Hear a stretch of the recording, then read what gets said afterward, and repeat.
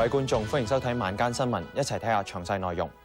華航一架載有225人嘅客機，下晝喺嚟香港嘅途中發生空難，當局相信機上冇人生還。遇難者之中最少包括5個香港人。當局唔排除飛機喺空中爆炸解體，飛機並冇機件故障，而事發嘅時候天氣良好。當局正係調查空難嘅原因。先由劉慧賢講下搜索最新嘅進展。台灣軍方派出多架直升機同巡邏艇到飛機出事嘅海面進行24小時搜索，陸續發現屍體，但就揾唔到生還者。救援人員入夜之後，原本打算發射照明彈協助搜索，但遇到困難。海面這個油就非常的多，那我們在那邊搶救，就是說在那邊搜救的所有漁船啊，船也很多，所以如果說這個照明彈一打，很可能會引發這個跟油可能會起火，所以現在沒有辦法打。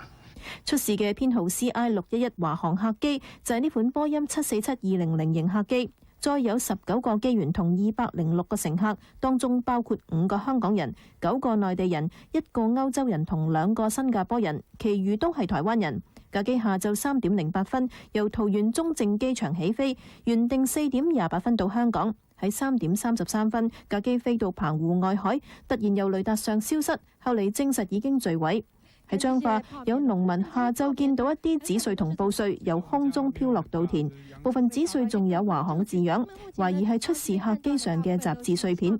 如果屬實，即係話飛機可能喺高空中已經解體，然後跌落海。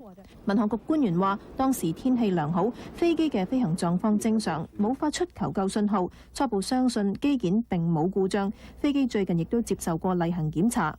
在5月3號，我們才做過 A check。以及4月4號，我們也做過 B check。而在2001年，就是去年11月25號，大概半年以前也做過機體結構的很仔細的一個所謂 C check。出事客機機齡22年，係華航機隊當中最舊嘅一架，而且已經賣俾泰國另一間航空公司。今次原定係最後一次飛行。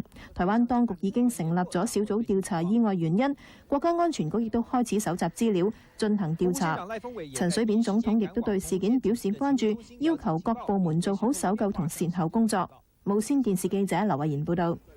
中華航空喺台北嘅辦事處證實5個香港乘客嘅名單，係包括4男1女，另外1個已經入籍台灣嘅香港人梁婉文，亦都喺乘客名單之內。部分家屬已經趕緊去台灣。我哋同事鄭麗京依家喺台北㗎。鄭麗京班家屬幾點會到啊？家屬大約15人左右，其實已經坐緊飛機，由香港趕緊嚟台北中正機場呢度。咁佢哋班機呢，大約會喺半個鐘頭之後到㗎。咁而家屬方面呢，佢哋會首先去呢個機場附近嘅一間酒店休息，咁然後等待聽朝8點鐘坐華航安排嘅一班包機到澎湖嗰度等消息㗎。咁而另外呢，80幾個台灣旅客嘅家屬早喺晚上10點半已經坐咗包機去澎湖嗰度啦。一啲台灣旅客嘅家屬知道飛機出事之後，趕到中正機場了解情況，部分人情緒激動。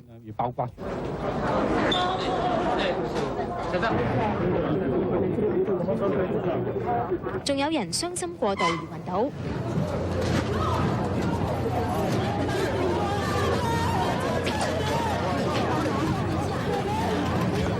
有家屬不滿航空公司冇詳細交代情況。有這個目的說跟我們講說，我們有沒有生還者，然後我們找到幾個人，我們才安心啊。那我們過去幹什麼？在那邊哭啊！80幾名家屬自行坐包機去咗澎湖。華航方面聽朝亦都會安排飛機送其他嘅家屬去。航機上面載咗有5個經香港到大陸觀光嘅旅行團。旅行社就幫助啲團員買保險，每個死者家屬會有200至到300萬新台幣賠償。台灣方面仲係好努力咁樣揾緊生還者㗎，不過佢哋都承認揾到生還者嘅機會已經好微。咁而台灣方面呢，仍然未公布今次出事嘅原因㗎。咁再有最新嘅消息，我會隨時為大家報道。先交翻俾喺香港嘅新聞部啊。唔該晒，我哋用電話聯絡到喺高雄嘅另一位同事方東升。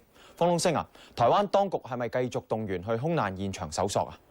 係啊，你講得冇錯，呂秉權。台灣當局呢係繼續增派人員呢係趕去澎湖度係參與搜索同埋善後工作㗎。咁我而家亦都喺高雄碼頭呢度呢係準備搭船去澎湖。咁台灣交通部呢係喺夜晚呢係下令臨時加開一班船呢係去澎湖㗎。咁呢隻船呢係一隻巨型嘅客貨輪，咁主要呢係會運載一啲嘅大型嘅冷藏櫃啦，同埋棺材去澎湖嗰度。咁主要係處理啲死難者嘅遺體㗎。咁而另外，我哋喺10幾分鐘之前呢，亦都見到有10幾名嘅台灣嘅一啲救援隊伍嘅成員呢，係陸續登船咁同埋係帶埋一啲嘅搜索嘅快艇啊，同埋繩索，以及係其他嘅一啲搜索嘅設備呢，係準備呢係等陣呢係搭船去澎湖度呢係參與嗰個搜救嘅工作㗎。咁除咗係搜索人員之外呢，其實亦都有好多嘅台灣記者呢，準備係跟埋呢班船呢一齊過去澎湖度採訪啦。咁預計呢成個嘅航程呢，可能要7個鐘頭呢先至，即係會大概係聽朝早呢先至到澎湖。比起原本嘅4個幾鐘頭行程，可能會稍為耐啲。咁最主要原因係因為夜晚呢啲船呢就唔可以開得咁快，咁所以呢預計都要聽朝早大概6、7點呢先至會到澎湖㗎。咁有最新嘅消息呢，我會再為大家報導。咁先將時間交翻俾香港新聞部。唔該晒。華航喺本港嘅辦事處證實，出事客機上最少有14個香港同埋澳門人。目前知道最少4男1女係香港人，而華航已經安排部分家屬漏夜趕到台灣。死難者嘅家屬挨晚陸續趕到赤鱲角機場，華航喺一輪安慰之後，隨即安排佢哋坐10.9華航 CI618夜機飛往台北善後。華航香港辦事處為今次空難道歉。本人對社會大眾造成的不安，非常的痛心，也非常的沉重，在此再跟您各位鞠個躬，表示歉意。謝謝。空難喺下晝發生之後，當時香港機場航班顯示屏話，出事華航 CI611呢班機係延遲，而同出事航機差唔多時間，由台北起飛4點幾到港嘅國泰客機，有旅客就話當時天氣正常，沒有什麼氣流啊，只是天氣是比較陰，沒有什麼大太陽。陰天。你們是沒有下雨，沒有下雨。有準備搭華航航機去台北嘅旅客就臨時轉搭其他航空公司嘅客機。為今次空難，華航設立24小時嘅熱線，電話係22611829。中華旅行社求助電話就係25234429同90916005。香港入境處24小時緊急求助電話係28293010。行政長官董建華對華航空難深感傷痛，並且慰問遇難者嘅家屬。佢又表示，港府係會全力提供協助。而大陸海協會會長汪道涵對台灣今次空難表示關注，又慰問遇難者嘅家屬。由於出事客機上相信有9個內地人，兩岸有關機構正係保持聯絡，協助遇難嘅內地人家屬到台灣善後。前民航處處長駱拱南估計今次意外係由於油缸爆炸所造成，而波音747客機喺96年亦都發生過一次類似嘅意外。由陳思維報導。96年7月，一架由紐約飛往巴黎嘅環球航空波音747客機，突然間喺雷達上面消失。事後發現飛機喺3萬多尺高嘅上空突然爆炸，機上230人罹難。調查結果相信意外係油缸爆炸造成。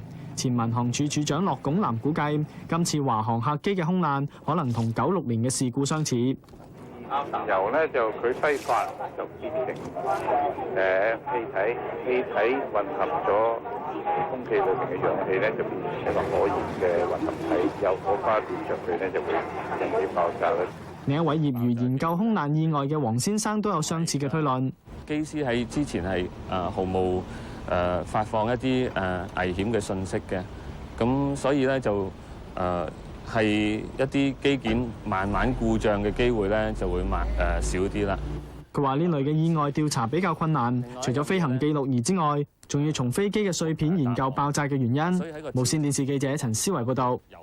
中華航空喺1970年以嚟發生過最少9宗造成傷亡嘅空難。華航近年幾宗嚴重空難，由李敏念講下。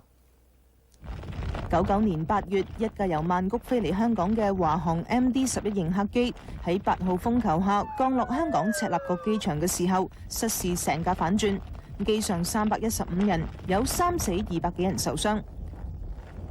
調查報告指，意外係由於風切變引起。呢一次亦都係赤鱲角機場第一宗空難。而喺98年2月，華航一架由印尼巴厘島起飛嘅 A300 型空中巴士降落台北中正機場嘅時候，由於機師出錯，第二次降落嘅時候失事撞向民居，造成202人死亡。華航嘅 A300 型空中巴士喺94年亦都發生過空難，降落日本名古屋嘅時候失事，着火爆炸，有262人罹難。調查報告話係機員疏忽導致意外。而喺93年，華航一架波音747客機降落香港啟德機場嘅時候滑咗落海，有23人受傷。無線電視記者李敏燕報道。